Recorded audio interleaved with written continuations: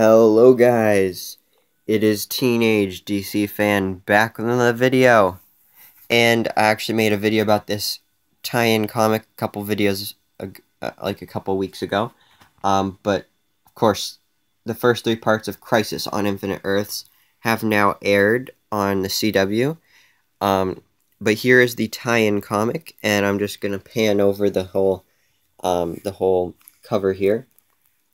So there will be spoilers on this video, but I'll let you know when we get into that, because this is kind of a review. So before I get into the spoilers, I'll let you know what I think, like, my overall opinion is on this, and whether or not I think you should pick this up and read it for yourself. So stay tuned for that, but this is a nice cover, and I'm excited to get into this because a lot happens here. And when I say a lot, I mean a lot.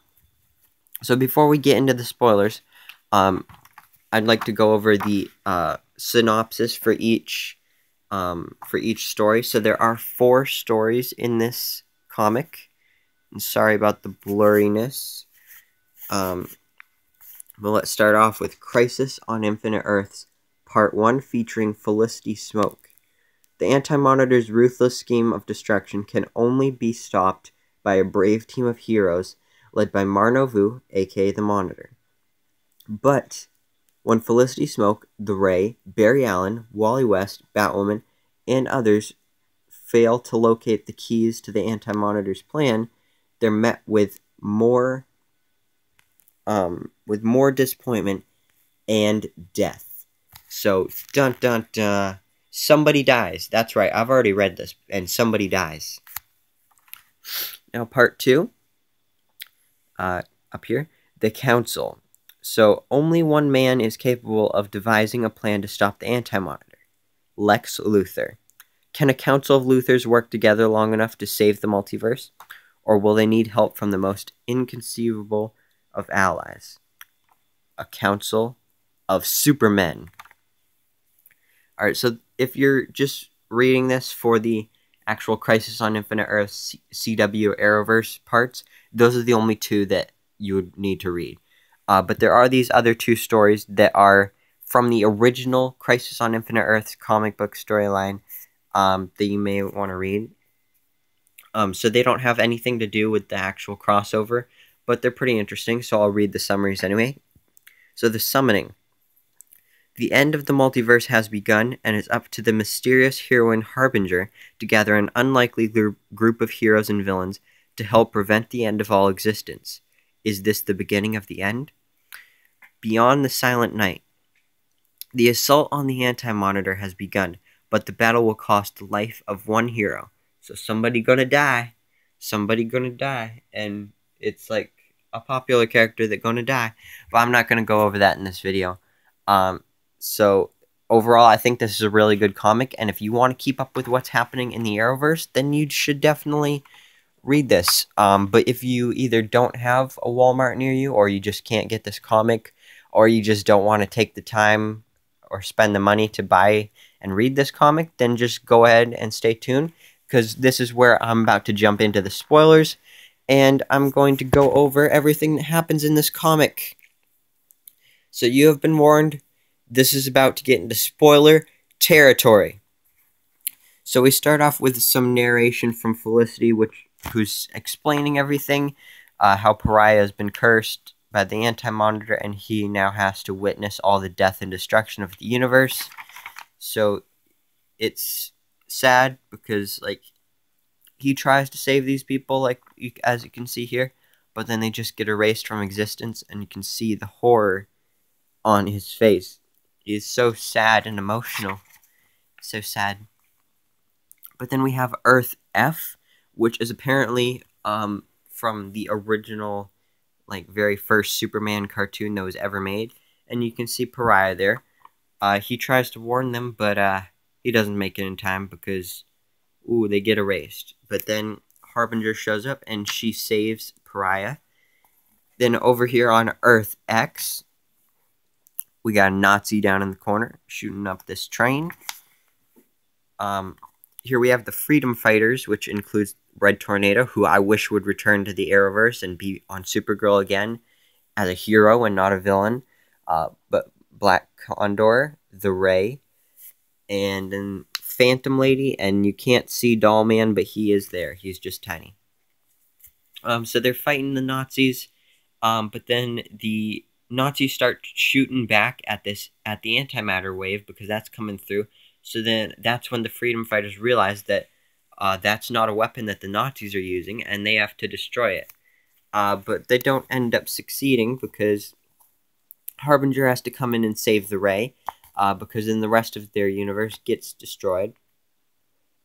So the Ray is alive, apparently, which doesn't make sense because literally in the first part of Crisis, within the first few minutes when there was the beginning montage of all the Earths getting destroyed, it showed the Ray getting destroyed along with the rest of his Earth. So, I don't know. This is supposedly canon, but I don't know. But now we're here on the Wave Rider with all the other heroes, where we have the Flash, White Canary, Batwoman, Kid Flash, Atom, and Felicity Smoke, who have now been joined by the Ray and Harbinger. And he's mad here because he's having a similar reaction to what Black Lightning's reaction was when he showed up in Part 3 of Crisis on Infinite Earths, because his whole universe has been destroyed and he's the only survivor. And of course he's mad about that. And everybody's confused because they're like, Marnovu, what's the deal? Like, what's happening here? So he explains who Pariah is. Apparently Nissa Al Ghul is here, so okay. But then the Monitor explains a little backstory and what they're trying to do here, so I'm just going to go here and read this. So, before my antimatter doppelganger moves to a new universe, Pariah finds himself involuntarily drawn to it. With luck, before my brother attacks again, we can discover that next world, that next doomed universe, and we might be able to mount a defense. So basically what you can take away from that is that there's this whole universe of antimatter doppelgangers of everyone, and the Anti-Monitor is the antimatter doppelganger of the Monitor. And then here we have another antimatter doppelganger. We need Pariah to find Outcast, Pariah's antimatter doppelganger. So Outcast is this brand new character we've never heard of, but apparently he's Pariah's antimatter doppelganger. But then later on, Felicity shows up to talk to Marnovu, and she's mad at him because she just found out that Oliver's dead, and she didn't know about it before, and like, how could you let this happen? But then he tells her about the Paragons and how they can save the universe and re-spark life or something. Harbinger has a talk with Felicity because she's upset, and, you know, they're old friends, of course. But then the heroes head on over to Earth 76, where Outcast is. And then here we have a nice cameo from Linda Carter's Wonder Woman, who I'm guessing will not be appearing in the final two parts of Crisis on Infinite Earths, and that's why she's here. So it's cool to see her here. Except her universe is getting destroyed, so, you know, that's kind of not good. Pariah and Outcast are fighting there. Wonder Woman's trying to save the day here, so that's amazing, I guess. They're able to take out Outcast, but then somehow he ends up escaping, and then Harbinger has to come in to save them, and they're all, like, you know, saved, but they're back on the Wave Rider. And this is where Barry learns about Felicity's plan. So, the reason the Monitor wants us to nab Outcast is because he, the Monitor, not Outcast, believes he can lead us to a bunch of folks who can and will, and I'm quoting here, re-spark the multiverse. So that's what Felicity's saying, and of course, at first Barry's like, you're crazy. Because, you know, she's in shock. She's pretty stressed right now. You know, her husband's dead. But then, she basically comes up with this plan. If they find the Paragons, if the Paragons are able to recreate the multiverse when it's destroyed, then they can recreate Oliver. So then the heroes end up going to Earth D, where they fight the Shadow Demons, and Outcast is also there. And we have a Justice Alliance who's here. So we got Superman, we got Supergirl back there. We have Green Arrow down there, who you can't see very well, but we have Wonder Woman. And we have an alternate version of the Flash as well. So that's cool. As well as Green Lantern. And then you also, of course, have the other heroes from the Arrowverse that are actually there. And they're all fighting the Shadow Demons, as I mentioned. So they're all here. They're all fighting. But then something happens. Something is about to happen. So this is where Felicity says, if I were here, maybe I could stop what's about to happen. I'm not sure how exactly, but I know I'd try. So Outcast is shooting something at Barry. Wally's like, oh no, Barry. Oh no, what's going to happen? Run, Barry, run. He's aiming right at... Wally jumps in front of Barry. Wally sacrifices himself. Ugh! I don't even know how you're supposed to say that, but AAAGHH? Like, how do you even pronounce that? I don't know, but Wally West, he did. He just sacrificed himself, which doesn't make sense because, first of all, we already know that Wally West is returning in one of the future episodes of The Flash in this season. So this doesn't make sense. Maybe it's just going to turn out he's not dead, or like technically the whole multiverse is dead in Crisis right now in the Arrowverse, and the only people that are still alive are the 7 Paragons. So, I don't know, maybe he'll be brought back to life that way. We'll have to wait and see. But Barry's mad. He tries to kill Outcast, but he gets held back by the other heroes, and then they end up capturing Outcast. So far it's looking like it's all good. But that's when you get here, and I'm just going to read this whole page because, here. It's time, brother. Agreed, but not for what you were expecting. Despite what you were led to believe, I do not know who the Paragons are, or where you can find them. He's lying! Always, but not about this. The Antimatter needed you to believe in order to draw all of you here, in one place. Brother, I'm much more than just your antimatter doppelganger. I'm a living antimatter bomb. Powerful enough to not only destroy you and your Earth, but your entire universe as well. So dun dun dun, to be continued. So this is going to be continued in the second part of this giant comic. I don't know when it's coming out, but it's coming out at some point. So this is insane. They're all about to get blown up by an antimatter bomb. So that's weird. But now moving on to the second storyline. We start off on Earth 1938 with a version of Lex Luthor. And he looks like one of the ones from the movies. I don't know which movie it is, but he's in prison and he is escaping, or at least trying to. I'm kind of confused by this part, but oh well. Then we see Harbinger on the Wave Rider with Earth 38 Lex Luthor from the Supergirl show. But then she gets blasted. Oh no. And then this other version of Lex Luthor shows up and basically takes him away. And this is where we meet the Council of Luthors, who's on Earth 99 right now. And Earth 99 is actually where the Kingdom Come Bruce Wayne was in Part 2 of Crisis on Infinite Earths, so that's interesting. So all the versions of Lex Luthors in the multiverse are here on this Earth, in this space station in orbit above Earth 99.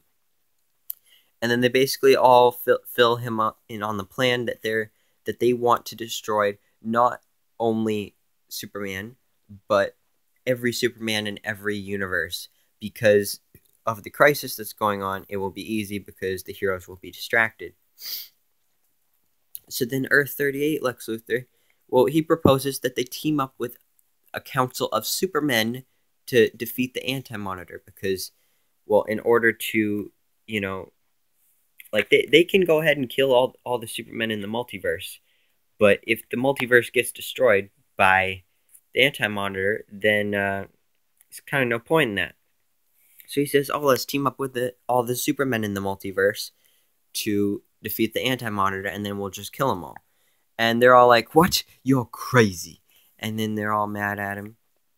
But then Lex decides to leave. But then they decide, oh, they're going to kill him.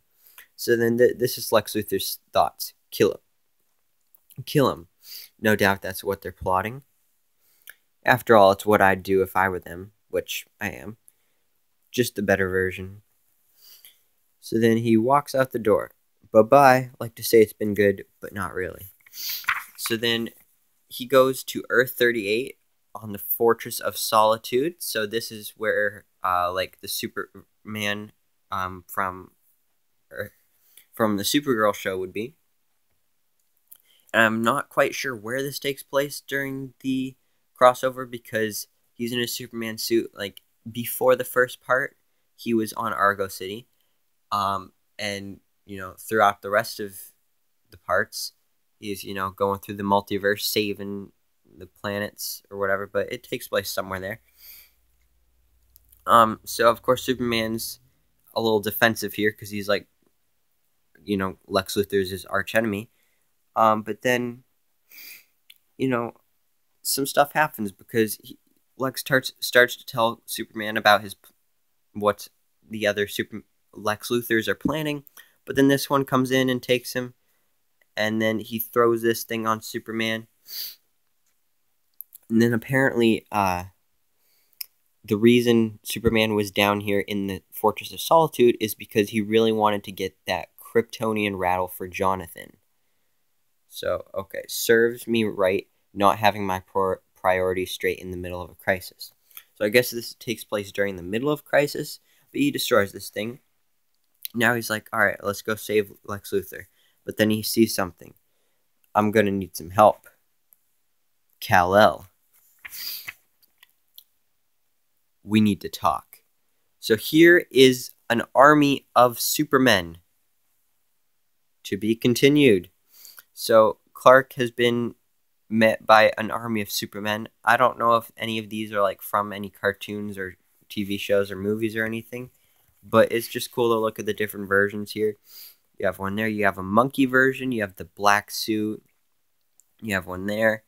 You have one there. I think that one is from something. I don't know when. That looks like the one that actually was on TV, on the TV screen, that apparently Lex Luthor killed during the second part. So I don't know about that. But here we have another one. This one looks like Bizarro. So that gives me hope that on the Superman and Lois show, we'll see Bizarro. Some weird bug creature thing.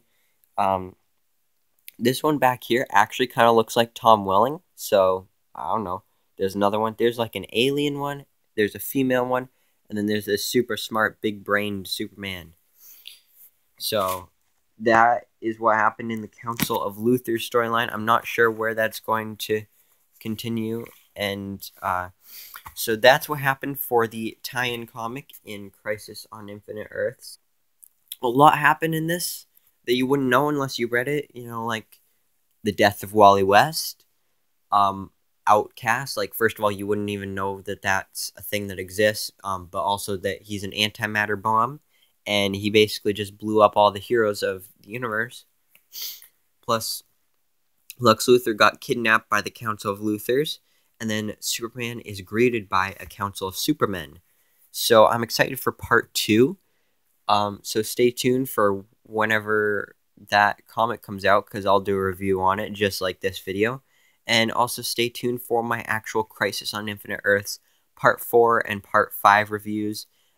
You can go ahead and check out my first 3-part reviews. I really like the Crisis so far. But yeah, so I like this comic, and you should definitely pick it up and read it for yourself. But I'm glad I got it, because now I know what's happening. And like I said, I'm excited to find out what happens next. But yeah. So thank you so much for watching. Please remember to like, comment, and subscribe. And I hope to see you in the next video, so I can bestow all my DC knowledge upon you.